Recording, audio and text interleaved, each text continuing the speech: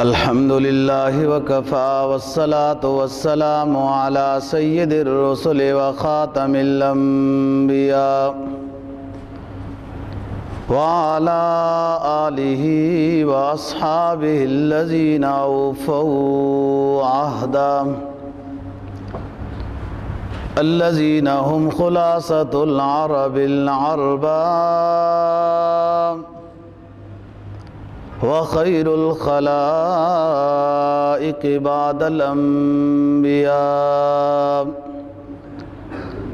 أما بعد فأعوذ بالله من الشيطان الرجيم.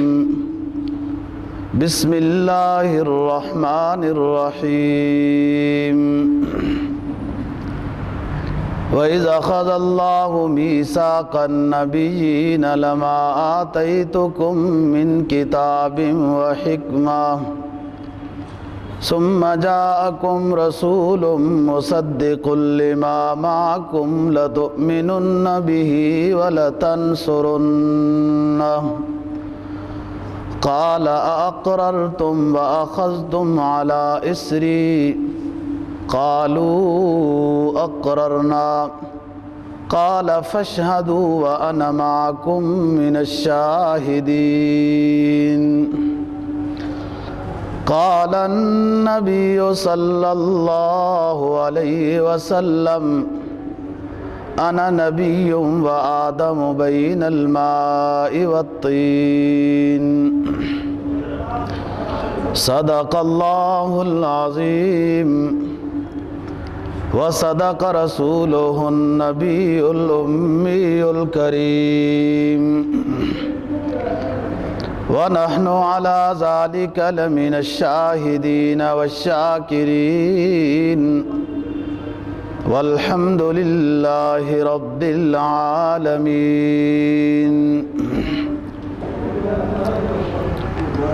تیسرے پارے کی ایک آیت کریمہ اور جناب نبی پاک صلی اللہ علیہ وسلم کا ایک فرمان تلاوت کیا ہے، جس کے اندر مقام رسول صلی اللہ علیہ وسلم کا ذکر ہے۔ اللہ رب العزت نے عالم ارواح میں دو طرح کے اجتماع سے دو باتیں روحوں کے سامنے بیان فرمائی اور روحوں سے عہد لیا۔ ایک عہد اللہ رب العزت نے عالم ارواح میں روحوں سے اپنی ربوبیت کا لیا ہے، جس کا ذکر سورہ اعراف 8ویں پارے میں ہے۔ اور ایک عالم ارواح میں انبیاء علیہم السلام کی ارواح مقدسہ کو ذکر کر کے عہد لیا ہے، اور وہ عہد نبی پاک صلی اللہ علیہ وسلم کی رسالت کا عہد ہے۔ گویا اپنی ربوبیت کا جب عہد لیا تو ارواح کا اجتماع عام تھا، سب لوگوں کی روحیں اس میں جمع کی گئی ہیں۔ اور جب اللہ رب العزت نے نبی پاک صلی اللہ علیہ وسلم کی رسالت کا عہد لیا تو اس وقت اجتماع خاص بلایا، اور وہ اجتماع خاص انبیاء علیہم السلام کی ارواح مقدسہ ہیں۔ اور ان ارواح مقدسہ سے اللہ رب العزت نے رسول اکرم صلی اللہ علیہ وسلم کے اوپر ایمان لانے کا عہد لیا، اور آپ کی نصرت کا عہد لیا، مدد کا عہد لیا۔ اس کا ذکر ہے تیسرے پارے کی اس آیت کریمہ میں جو ابھی خطبے میں تلاوت کی ہے۔ فرمایا وَإِذْ أَخَذَ اللَّهُ مِيثَاقَ النَّبِيِّينَ لَمَا آتَيْتُكُم مِّن كِتَابٍ وَحِكْمَةٍ۔ جب اللہ رب العزت نے تمام انبیاء کو جمع کیا، مراد ارواح انبیاء ہیں، جب اللہ رب العزت نے تمام انبیاء علیہ الصلاۃ والسلام کی روحوں کو جمع کیا اور یہ فرمایا کہ لما آتیتکم من کتاب و حکمہ، کہ میں تمہیں دنیا میں اپنے اپنے دور میں نبی بنا کر بھیجوں گا اور تمہارے اوپر اپنی آسمانی کتابیں بھی نازل کروں گا اور تمہیں حکمت و فراست اور قوت بیان کا ملکہ بھی عطا کروں گا۔ ثم جاءکم رسول مصدق لما معکم، پھر تم سب کے بعد نبی آخر الزمان صلی اللہ علیہ وسلم کو بھیجوں گا۔ ثم جاءکم رسول، پھر سب کے بعد ایک آخری رسول بھیجوں گا، مصدق لما معکم، یہ آخری رسول نبی پاک صلی اللہ علیہ وسلم تصدیق کریں گے تمہاری نبوت کی، تمہاری کتابوں کی، تمہاری شریعت کی، تمہاری امتوں کی، تمہاری تبلیغ کی، تمہاری تمام خوبیوں کی تصدیق کریں گے نبی آخر الزمان صلی اللہ علیہ وسلم۔ لَتُؤْمِنُنَّ بِهِ وَلَتَنْصُرُنَّهُ، تم سے یہ عہد لینا ہے کہ تم ضرور بضرور نبی آخر الزمان صلی اللہ علیہ وسلم پر ایمان لاؤ اور پھر اس کی مدد کا عہد کرو۔ ثم جاءکم رسول مصدق لما معکم لتؤمنن به ولتنصرنہ۔ پھر اللہ رب العزت نے فرمایا اقررتم واخذتم علی اسری، کہ تم نے یہ عہد لیا ہے، عہد لے رہے ہو، نبی آخر الزمان صلی اللہ علیہ وسلم پر ایمان لاؤ گے، ان کی مدد کرو گے۔ قالوا اقررنا، سب انبیاء علیہ الصلاۃ والسلام نے اقرار کیا کہ ہم یوں کریں گے۔ ایمان تو اسی وقت لانا ہے، اور نصرت کیسے کرنی ہے کہ ہر نبی اپنے امتیوں کو جیسے اور دینی کام اپنے اپنے لحاظ سے سمجھائیں گے، ایمانیات کو، رسالت کو، عقائد کو، اعمال کو، ایسی ہر نبی اپنی امت کو یہ سمجھا کر جائے کہ ایک نبی آخر الزمان صلی اللہ علیہ وسلم آنے والے ہیں، اگر تمہیں اللہ پاک وہ دور نصیب کر دے تو ضرور اس کے اوپر ایمان لانا اور اس کی مدد کرنا۔ چنانچہ آپ صلی اللہ علیہ وسلم کی خوبیاں، آپ کے فضائل اور آپ کے بارے میں بشارتیں یہ توریت میں بھی، زبور میں بھی، انجیل میں بھی تھیں، اور دیگر صحائف جو اللہ رب العزت نے انبیاء علیہ الصلاۃ والسلام پر نازل کیے، تقریباً سب میں رسول اللہ صلی اللہ علیہ وسلم کی علامات اور بشارتوں کا ذکر تھا۔ آسمانی 4 بڑی کتابیں ہیں، توریت، زبور، انجیل اور قرآن مجید، جو 4 برگزیدہ پیغمبروں پر نازل ہوئی ہیں، اور 100 چھوٹی کتابیں آسمانوں سے نازل ہوئی ہیں۔ جو چھوٹی کتاب حضرت ابراہیم علیہ السلام پر، حضرت شعیب علیہ السلام پر، حضرت شیس علیہ السلام پر اور دیگر انبیاء علیہ الصلاۃ والسلام پر جو چھوٹی کتابیں نازل ہوئی ہیں وہ 100 ہیں۔ تو سب انبیاء کو اللہ رب العزت نے جمع کیا اور ان کی روحوں سے یہ عہد لیا کہ نبی آخر الزمان صلی اللہ علیہ وسلم کا اعلان کر رہا ہوں، تمہارے بعد آئے گا۔ ثم جاءکم رسول مصدق لما معکم لتؤمنن به ولتنصرنہ قال اقررتم واخذتم على ذلکم اسری قالوا اقررنا قال فاشهدوا وانا معکم من الشاہدین۔ تو ایمان تو انبیاء علیہ الصلوۃ والسلام نے اسی وقت رسول اکرم صلی اللہ علیہ وسلم پر لایا۔ رہی بات نصرت کی، تو ہر کتاب میں جو آسمانی کتاب قرآن مجید سے پہلے نازل ہوئی ہیں ان سب میں نبی آخر الزماں صلی اللہ علیہ وسلم کا ذکر کیا، اور ہر نبی اپنی اپنی امتیوں کو یہ سمجھاتے رہے کہ نبی آخر الزماں کا اگر وقت آپ لوگوں نے پا لیا، دیدار آپ لوگوں کو نصیب ہو گیا، تو اس نبی آخر الزماں صلی اللہ علیہ وسلم پر ایمان لانا ہے اور نصرت کا عہد کرو، اس کی مدد کرنی ہے۔ قالوا اقررنا، سب انبیاء علیہ الصلوۃ والسلام نے اقرار کیا۔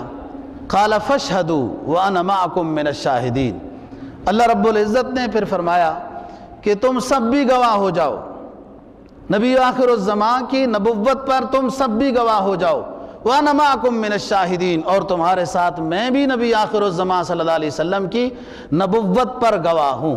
یہ اللہ رب العزت نے اجتماع خاص ارواح عالیہ انبیاء علیہ الصلوۃ والسلام کی روحوں سے یہ عہد دیا نبی آخر الزماں صلی اللہ علیہ وسلم کی رسالت و نبوت اور نصرت کا۔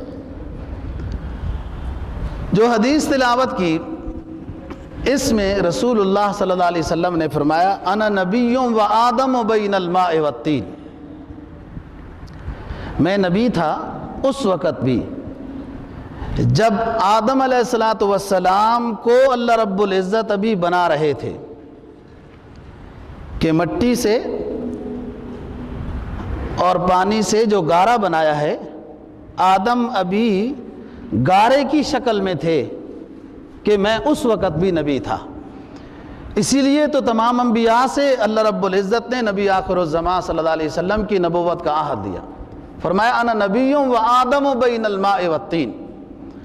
اس حدیث کو امام ترمذی نے مناقب رسول صلی اللہ علیہ وسلم میں ذکر کیا، اور سیاہ ستہ والی کتاب ہے ترمذی شریف۔ قرآن مجید نے آدم علیہ السلام کی تخلیق کا ذکر کیا ہے کہ وَلَقَدْ خَلَقْنَا الْإِنسَانَ مِنْ صَلْصَالٍ مِنْ حَمَإٍ مَسْنُونٍ وَالْجَانَّ خَلَقْنَاهُ مِنْ نَارِ السَّمُومِ، ہم نے آدم کو پیدا کیا کھن کھنانے والی مٹی سے، اور جنوں کو پیدا کیا آگ کے شعلوں سے۔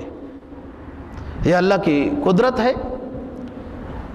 تو من حمأ مسنون یعنی مٹی اور پانی اور پھر ہوا، اور اس میں پھر قوت ناریہ کا کسی حد تک دخل ہے۔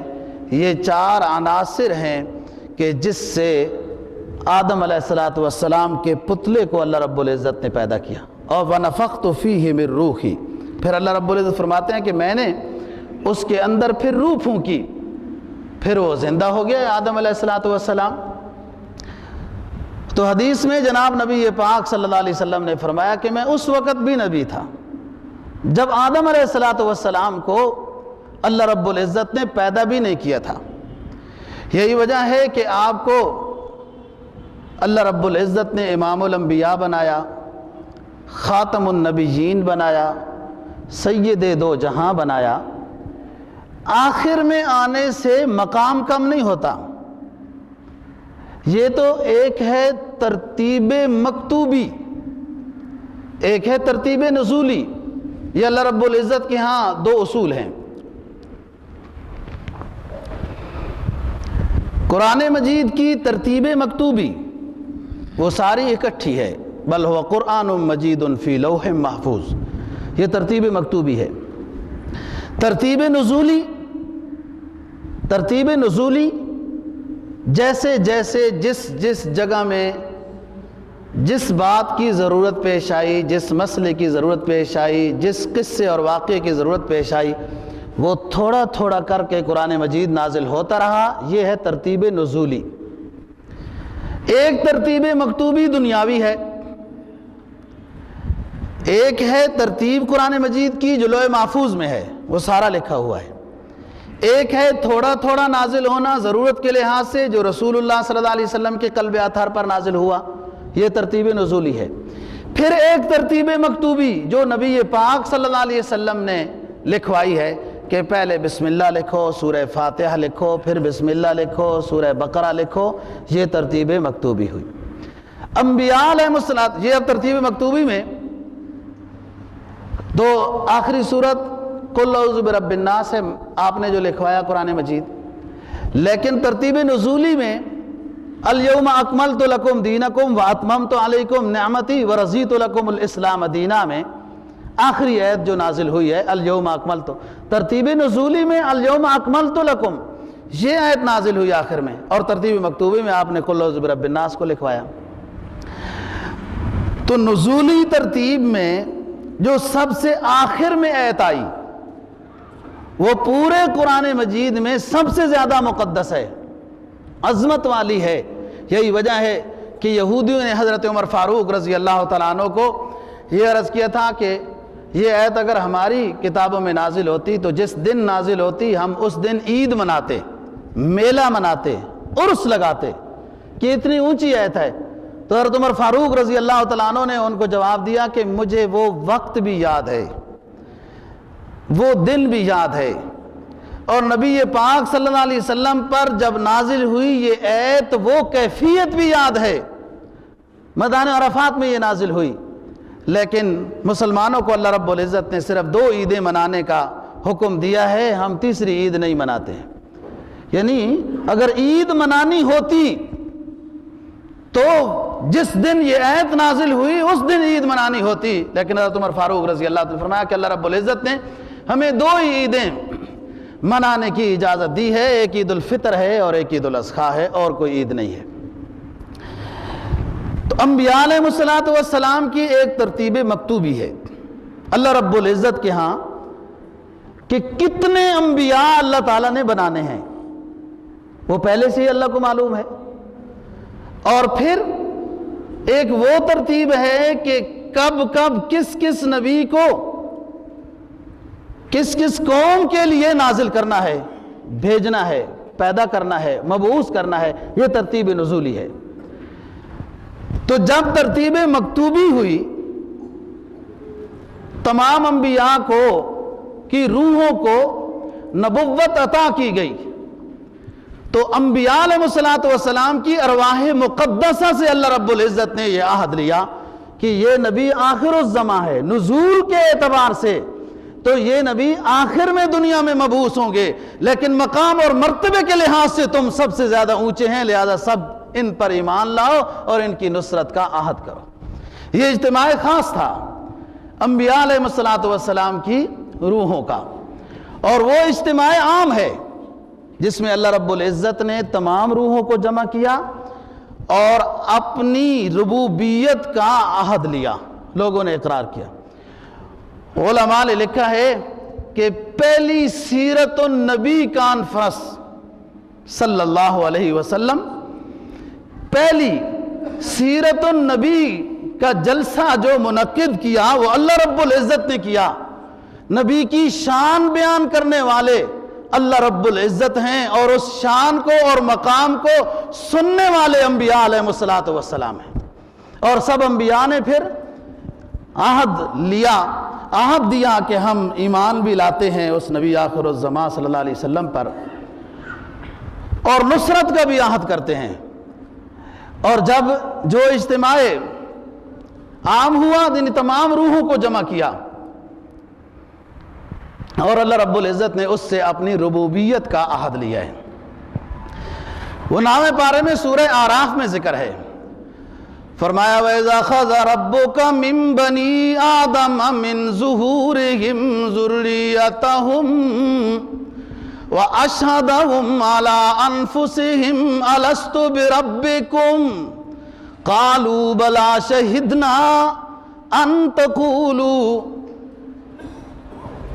اِنَّا كُنَّا عَنْ هَٰذَا غَافِلِينَ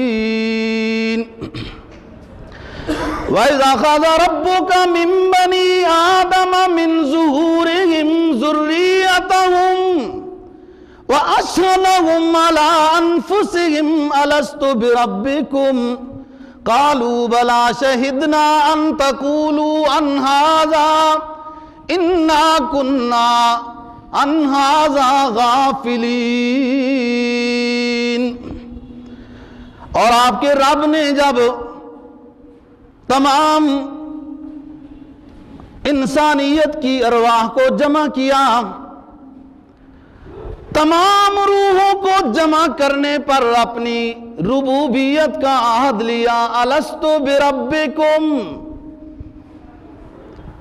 اجتماع عام میں تمام روحوں کو جمع کر کے اللہ رب العزت نے یہ فرمایا، کیا میں تمہارا رب نہیں ہوں؟ قالوا بلا شہدنا۔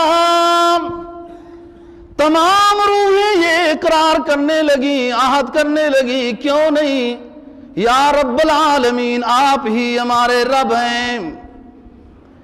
آگے اللہ نے فرمایا کہ یہ عہد میں اس لیے لے رہا ہوں کہ بعد میں تم دنیا میں جا کر کہیں عہد سے منحرف نہ ہو جاؤ، موڑ نہ جاؤ، پھر نہ جاؤ۔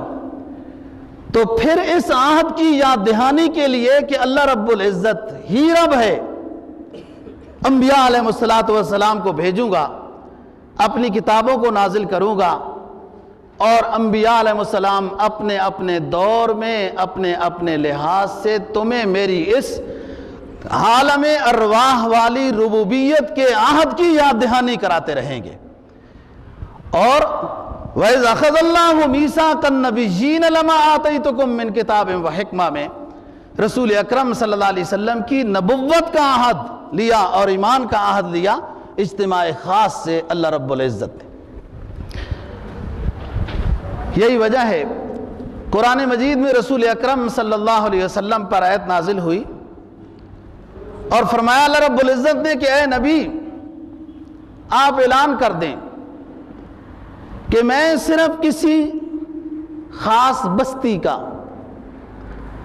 اور کسی خاص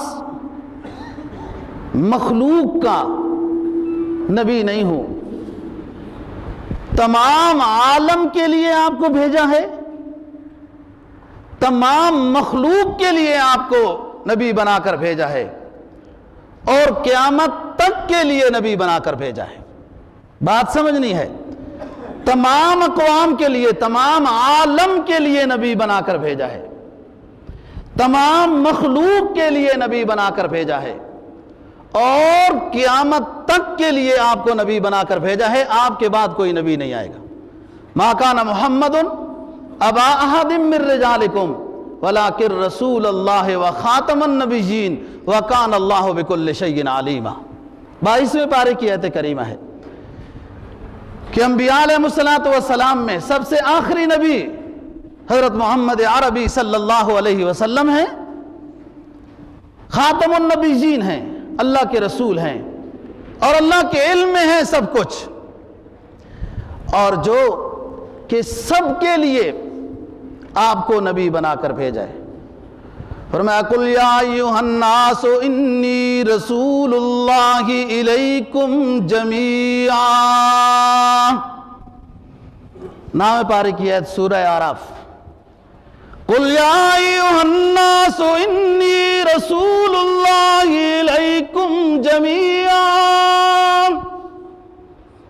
اے میرے محبوب فرما دیجئے تمام انسانیت کو، انی رسول اللہ علیکم جمیعا، مجھے اللہ رب العزت نے آخری نبی بنا کر بھیجا ہے تمام عالم کے لیے، تمام اقوام کے لیے، میدان حشر کے لیے، میدان حشر کے بعد جنت تک کے لیے۔ انی رسول اللہ علیکم جمیعا۔ تمام انبیاء آئے، اپنے اپنا مشن ادا کر کے اپنے اپنے دور میں چلے گئے، اور آپ کو تمام عالم کے لیے نبی بنا کر بھیجا ہے۔ یہی وجہ ہے دوستو کہ اونٹ بھی شکایت کر رہے ہیں رسول اللہ صلی اللہ علیہ وسلم کے سامنے، تمام عالم کے لیے بھیجا ہے نا آپ۔ ہرنیاں شکایت کر رہی ہیں، مشہور واقعہ عرض کر چکا ہوں کئی دفعہ کہ جب ایک صحابی ہرنی کو پکڑ کر لے آئے رسول اللہ صلی اللہ علیہ وسلم کی خدمت میں، تو وہ رونے لگی اور اپنی زبان سے یہ شکایت کی کہ میرے بچے بھوکے ہیں، میں یہ عہد کرتی ہوں کہ بچوں کو دودھ پلا کر واپس آ جاؤں گی۔ اے نبی، یہ میرے عہد کو آپ کا صحابی نہیں مانتا، یہ سمجھتا ہے میں جھوٹ بولتی ہوں، آپ کے سامنے شکایت کر رہی ہے۔ تو آپ نے فرمایا کہ چھوڑ دو، اس صحابی کو چھوڑ دیا اور وہ دودھ پلا کر بچوں کو ساتھ لے کر آ رہی ہے۔ پوچھا رسول اللہ صلی اللہ علیہ وسلم نے کہ آپ نے آنا تھا، بچوں کو کیوں لے آئی ہے؟ کہا جب آپ کا ذکر کیا تو یہ بھی بے تاب ہو گئے آنے کے لیے۔ آپ نے اس صحابی نے بھی کہا کہ یہ تو ایک عجیب چیز ہے کہ جس نے میرے ایمان میں اور اضافہ کیا۔ تو آپ رحمت بنا کر بھیجے گئے ہیں عالم کے لیے، تمام عالم کے لیے نبی ہیں۔ ایک صحابی کے باغ میں آپ تشریف لے گئے تو خاموش اونٹ کھڑا تھا، خاموش، اور آپ کو دیکھ کر وہ اپنے خاص زبان میں کچھ گنگنانے لگا۔ آپ نے پوچھا اس کا مالک کہاں ہے؟ بتایا کہ حضرت یہ ہے۔ فرمایا کہ اس نے شکایت کی ہے کہ تم کام زیادہ لیتے ہو، کھانا اس کو پورا نہیں دیتے ہو، ایسا نہ کرو۔ اسی کو قرآن مجید نے کہا وَمَا أَرْسَلْنَاكَ إِلَّا رَحْمَةً لِّلْعَالَمِينَ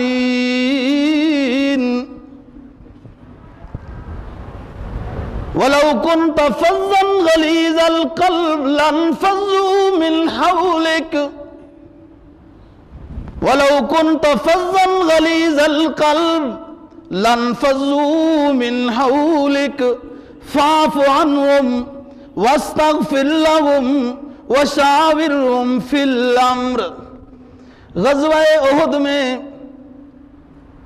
جن صحابہ کرام رضی اللہ تعالی عنہم کو آپ نے جبل الرما پر کھڑا کیا تھا، وہ 50 صحابہ جن سے خطا اجتہادی ہو گئی، فتح کے آثار دیکھنے کے بعد وہ نیچے اتر آئے اس جبل الرمات سے۔ رسول اللہ صلی اللہ علیہ وسلم ناراض ہو گئے، بلانا بند کر دیا۔ اللہ رب العزت نے یہ آیت نازل کر دی کہ اے نبی، آپ کی شان ہم نے عالم کے لیے رحمت بنا کر بھیجی ہے۔ وَمَا أَرْسَلْنَاكَ إِلَّا رَحْمَةً لِّلْعَالَمِينَ، تمام عالم کے لیے رحمت بنا کر آپ کو بھیجا ہے۔ اور آپ نے اپنی رحمت کا کرشمہ تو مکہ میں یوں دکھایا ہے کہ کوڑا کرکٹ ڈالنے والی، راستے میں کانٹے بچھانے والی وہ خاتون جب بیمار ہو گئی تو آپ اپنی صفت رحمت للعالمین کا مظہر بنتے ہوئے وہ کانٹے راستے میں بچھانے والی خاتون کے گھر بیمار پرسی کے لیے تشریف لے گئے۔ متعجب ہو گئی وہ خاتون کہ میرا کردار کیا اور اس ہستی کا کردار کیا۔ کہنے لگی ماضی کی معافی کی طلبگار ہوں اے اللہ کے رسول، اور آج سے آپ کی غلامی میں داخل ہونا چاہتی ہوں۔ اے نبی، آپ کو ہم نے رحمت للعالمین بنا کر بھیجا ہے کہ جب طائف سے تبلیغ کے سفر سے واپسی میں طائف والوں نے آپ پر پتھر برسائے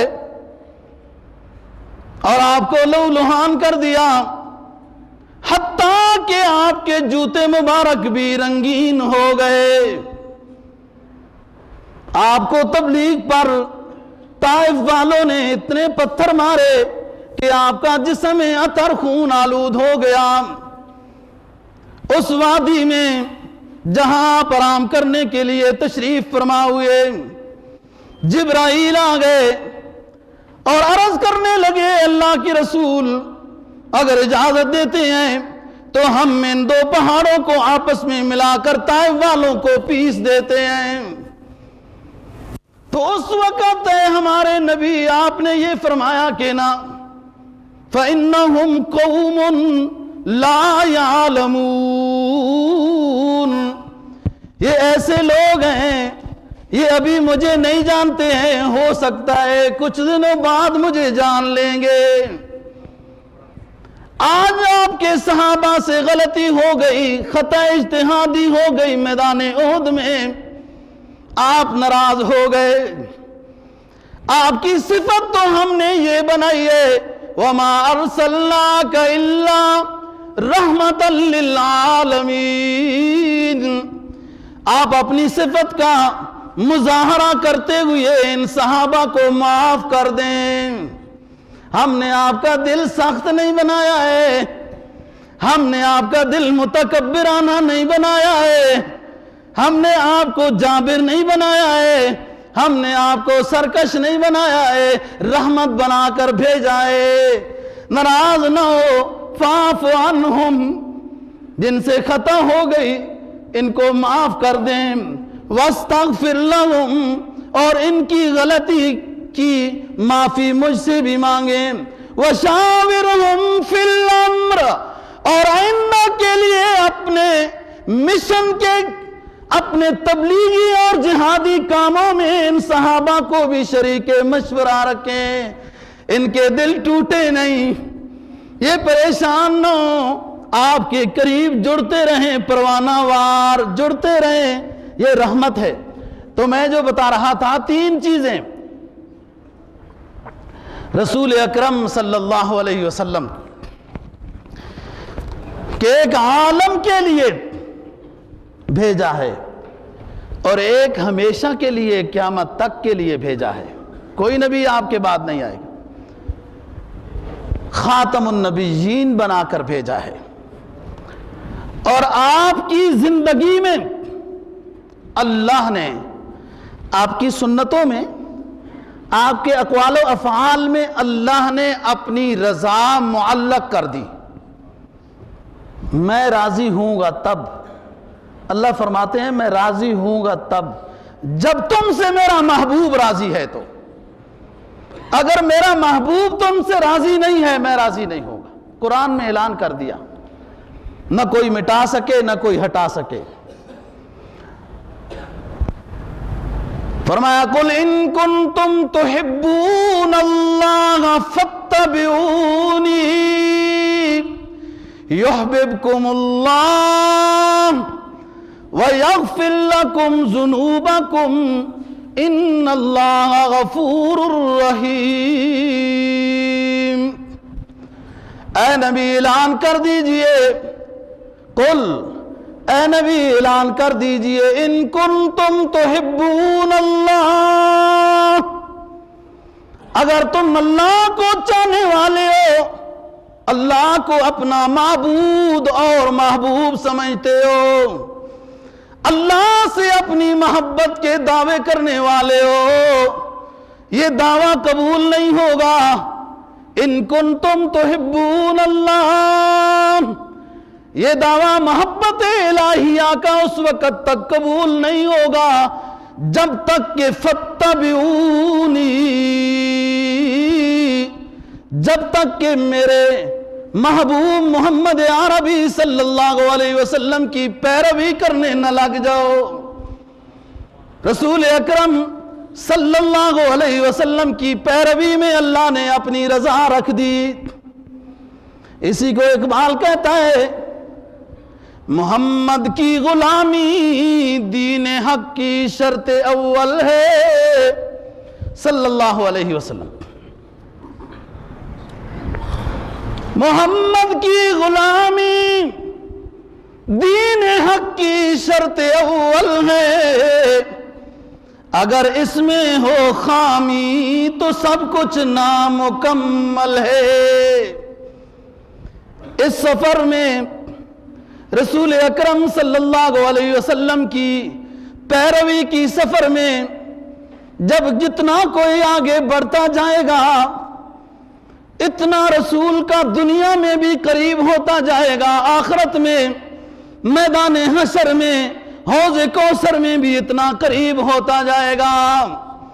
صحابہ کرام رضی اللہ تعالی عنہم کے سامنے رسول اللہ صلی اللہ علیہ وسلم نے فرمایا مجھے قیامت میں فخر ہوگا اپنی امت کی کثرت سے، اور میں پہچان لوں گا اپنی امتیوں کو میدان حشر میں۔ صحابہ کرام رضی اللہ تعالیٰ عنہم نے عرض کیا اللہ کے رسول اتنا بڑا اجتماع ہوگا، اتنا بڑا اجتماع ہوگا، نفسا نفسی کا عالم ہوگا، آدم سے لے کر آپ تک تمام کائنات میدان حشر میں کھڑی ہوگی، آپ کیسے اپنے امتیوں کو پہچانیں گے؟ رسول اللہ صلی اللہ علیہ وسلم نے فرمایا میں اپنے امتیوں کے چہروں کی چمک سے پہچان لوں گا۔ جو 5 وقت نماز با جماعت ادا کرتے ہیں، چہرے دھوتے ہیں، وضو بناتے ہیں، ان کے چہرے میدان حشر میں چمکیں گے۔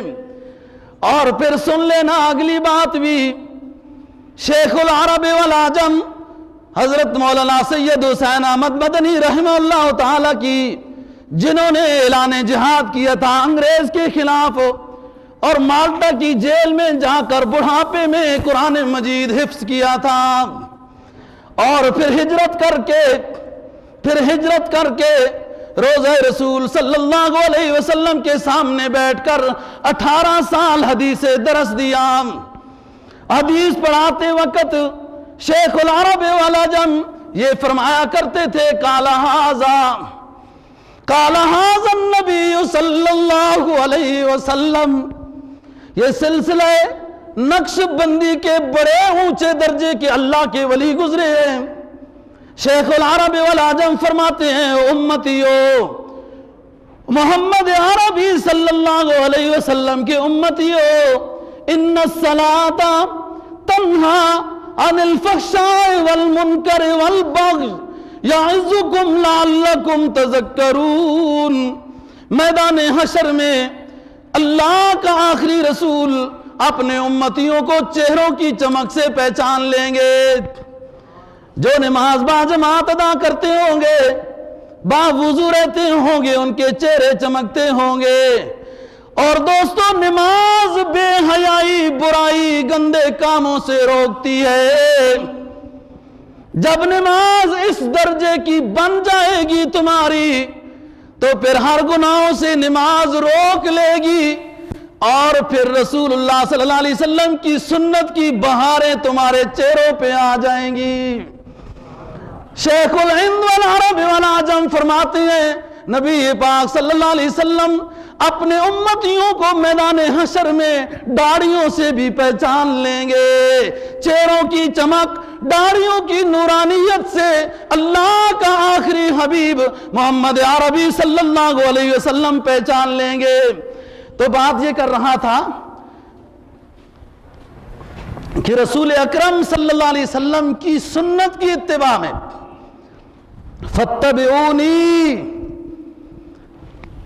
اگر شک ہے نا کہ کوئی میں فرقہ پرستی والی بات کر رہا ہوں تو 3 پارہ سورہ آل عمران کا 3 رکوع ہے، آپ پڑھ لیں قل ان کنتم تحبون اللہ فاتبعونی۔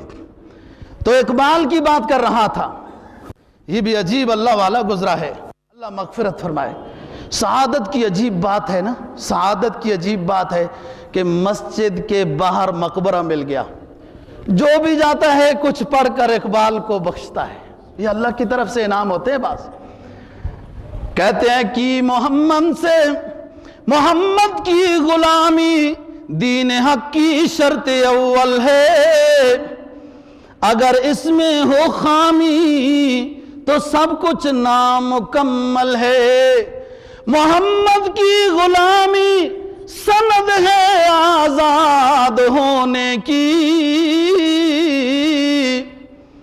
او مکہ والے تو بچیوں کو زندہ قتل کرتے تھے، قافلے لوٹتے تھے، عورتوں کو وراثت میں حصہ نہیں دیتے تھے۔ نبی آخر الزمان صلی اللہ علیہ وسلم کا بابرکت والا صعود ہوا، نزول ہوا، بعثت ہوئی تو عورتوں کو بھی مقام مل گیا۔ محمد کی غلامی سند ہے آزاد ہونے کی۔ خدا کے دامن توحید میں، خدا کے دامن توحید میں آباد ہونے کی۔ نہ جب تک کٹ مروں خواجہ یثرب کی عزت پر، اقبال کہہ رہا ہے نہ جب تک کٹ مروں خواجہ یثرب کی عزت پر، خدا شاہد ہے میرا ایمان کامل ہو نہیں سکتا۔ یعنی رسول اللہ صلی اللہ علیہ وسلم کی سنت پر عمل کرنا تو آسان ہے دوستو، لیکن آپ کی عزت کی خاطر جان کو قربان کر دینا مشکل ہے۔ نبی کے عاشق صادق کیسے گزرے ہیں کہ نبی کے گستاخوں کو داخل نار کر کے خود شہادت کا جام پی گئے۔ تو فرمایا قل ان کنتم تحبون اللہ فاتبعونی۔ نبی اکرم صلی اللہ علیہ وسلم کی کامل پیروی کرو، زندگیوں میں برکت آئے گی، رزق میں برکت آئے گی، دل و دماغ میں سکون آئے گا، اور سنت پر عمل کرنے سے جو دل میں نور آتا ہے، اس نور کا بڑا وزن ہوتا ہے دوستو۔ شریعت کی وجہ سے جتنا مشکل سے مشکل، شریعت پر عمل کرنے کی وجہ سے مشکل سے مشکل دور سے گزرنا پڑ جائے تو یہ گزرنا آسان ہوتا ہے، کیونکہ دل میں وہ کیفیت بن چکی ہوتی ہے اتباع رسول صلی اللہ علیہ وسلم۔ تو فرمایا قل ان کنتم تحبون اللہ فاتبعونی یحببکم اللہ۔ رسول اکرم صلی اللہ علیہ وسلم کی کامل پیروی کرو، ہر لحاظ سے پیروی کرو تو اللہ کے محبوب بن جاؤ گے۔ اس سنت کی پیروی میں فائدہ یہ ہوگا یغفر لکم ذنوبکم، اللہ تعالیٰ تمہارے گناہوں کو معاف کر دے گا، تمہارے گناہوں کو معاف کر دے گا۔ پھر دوستو سوچو، ہمارا ایمان ہے رسول اکرم صلی اللہ علیہ وسلم جیسا کوئی انسان تو ہو ہی نہیں سکتا، کوئی نبی بھی آپ کے مقام کو نہیں پہنچ سکتا۔ یہ سب کا ایمان ہے نا، سب کا ایمان ہے، اور اس طرح اگر ایمان نہیں تو ایمان ہی نہیں ہے۔ نبی آخر الزمان صلی اللہ علیہ وسلم جو ہمارے نبی ہیں، حضرت محمد بن عبداللہ صلی اللہ علیہ وسلم، ان جیسا کوئی بھی نہیں ہے۔ اللہ رب العزت نے بھی فرمایا کہ یہ آخری نبی کہ میں نے ان کو اتنا اعزاز و مقام عطا کیا ہے جیسا پہلے انبیاء علیہ السلام کو نہیں دیا۔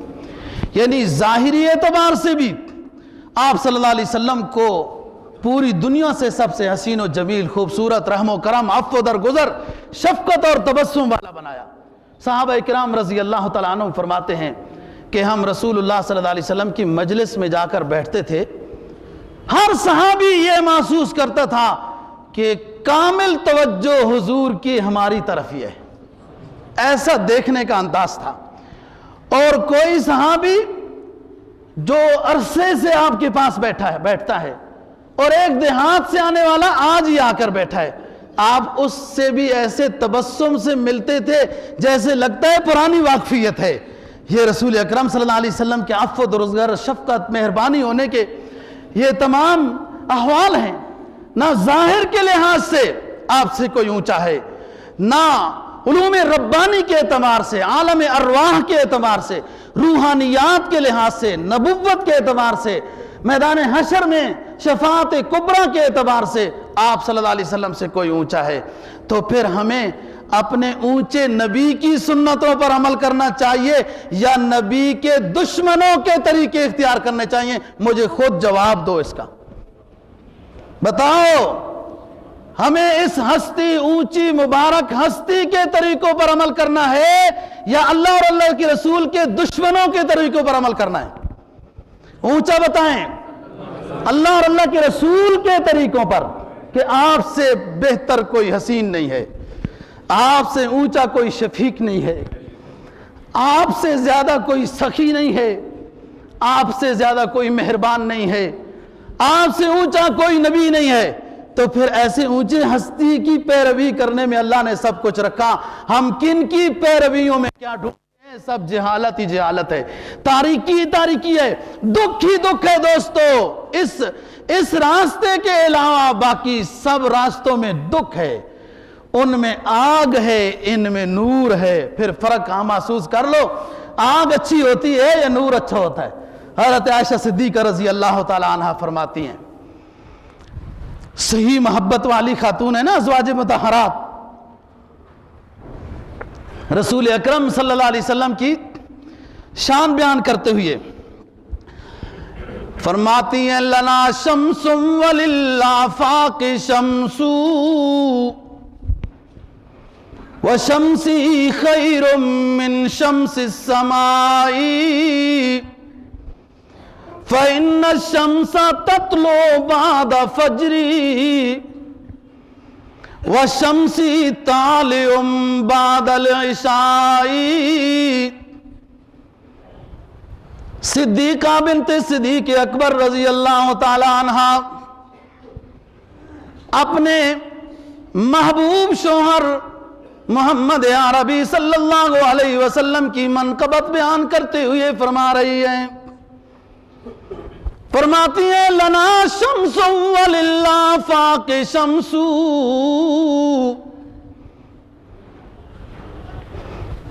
ایک اللہ نے مجھے سورج دیا ہے، ایک اللہ نے آسمانوں کو سورج دیا ہے۔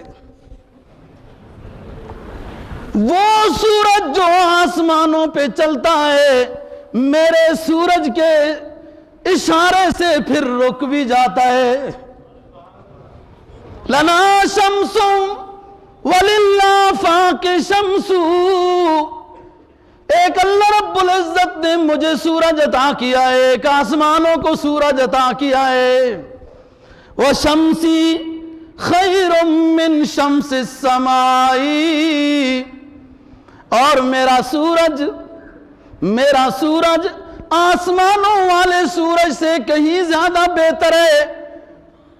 اس سورج کو اس سورج کے اشارے پہ رک جانا بھی ہوا ہے۔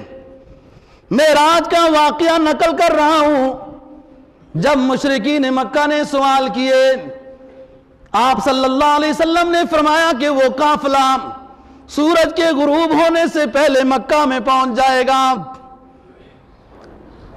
وہ قافلہ دیر کرنے لگا، سورج قریب ہو گیا غروب ہونے کے، اللہ کے رسول نے سورج کو اشارہ کیا، رک جانا، عہد کیا ہوا ہے، اے سورج رک جانا، میں بھی اسی ہستی کے حکم پر چل رہا ہوں اور تو بھی اسی اللہ رب العزت کے حکم پہ چل رہا ہے، لیکن اب ذرا مقابلے اور مناظرے کی بات آ گئی ہے، حق و باطل کی بات آ گئی ہے، اے سورج رک جانا۔ غروب اس وقت ہونا جب مشرکین مکہ کا قافلہ مکہ میں پہنچ جائے۔ لنا شمس وللآفاق شمس وشمسی خیر من شمس السماء۔ حضرت عائشہ صدیقہ رضی اللہ تعالیٰ عنہ فرماتی ہیں، اللہ نے جو مجھے سورج عطا کیا ہے وہ آسمانی سورج سے کہیں بہتر ہے، اس لیے کہ میرے سورج کو دیکھتے رہو، 100 سالہ 1000 سالہ زندگی میسر ہو جائے اور میرے سورج کو دیکھتے رہو، آنکھیں تھکے گی نہیں میرے سورج کو دیکھتے ہوئے، آسمانی سورج کو دیکھتے ہوئے چنا جائیں گی، تھک جائیں گی آنکھیں۔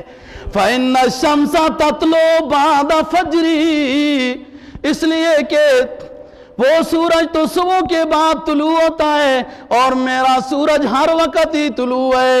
فَإِنَّ الشَّمْسَ طَالِعٌ بَعْدَ الْعِشَاءِ، یہ سورج تو رات کو بھی روشنی دیتا ہے۔ حضرت عائشہ صدیقہ رضی اللہ تعالیٰ عنہ فرماتی ہیں رات کے دوران مجھے سوئی کی ضرورت پیش آ گئی، سوئی ڈھونڈ رہی تھی، بجلیاں نہیں تھی دوستو اس وقت، چراغ مسجد نبوی کو سن 9 ہجری میں نصیب ہوا، چراغ مسجد نبوی کو سن 9 ہجری میں نصیب ہوا، اور رسول اللہ صلی اللہ علیہ وسلم نے معراج پر خوشی کا اظہار فرمایا کہ اللہ نے ہم پہ اتنے احسانات کیے، اتنے کرم کیے کہ آج ہماری مسجد کو چراغ بھی نصیب کر دیا۔ چراغ نہیں تھا گھر میں، وہ خاتم النبیین کے گھر میں، امام الانبیاء کے گھر میں، سید دو جہاں کے گھر میں، جس کے لیے دنیا بنائی گئی اس کے گھر میں چراغ نہیں ہے۔ امی عائشہ صدیقہ رضی اللہ تعالیٰ عنہ سوئی ڈھونڈ رہی ہیں، رسول اللہ صلی اللہ علیہ وسلم نے پوچھا عائشہ کیا کرتی ہو؟ عرض کرنے لگی اے اللہ کے رسول سوئی ڈھونڈتی ہوں، سوئی نہیں مل رہی۔ آپ نے چہرے انور سے چادر کو اٹھایا، فرمایا عائشہ دیکھ لو سوئی کہاں ہے۔ حضرت عائشہ صدیقہ رضی اللہ تعالی عنہا کو سوئی مل گئی۔ دوستو بات یہ ہے نبی آخر الزمان صلی اللہ علیہ وسلم کے مناقب فضائل، یہ اتنا نورانی موضوع ہے، اتنا پیارا اور بابرکت موضوع ہے۔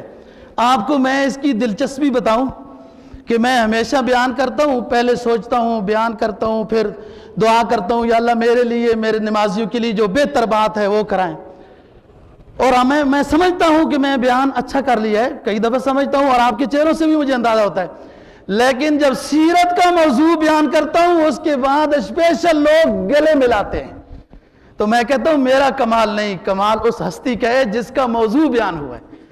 جب اتنا مبارک ہمارا پیغمبر ہے جس سے اونچی چیز صرف ایک ہی ہے اور وہ اللہ رب العزت، لہذا ہمیں صدق و دل سے رسول اللہ صلی اللہ علیہ وسلم کی کامل پیروی کرنی چاہیے۔ اللہ توفیق نصیب فرمائے۔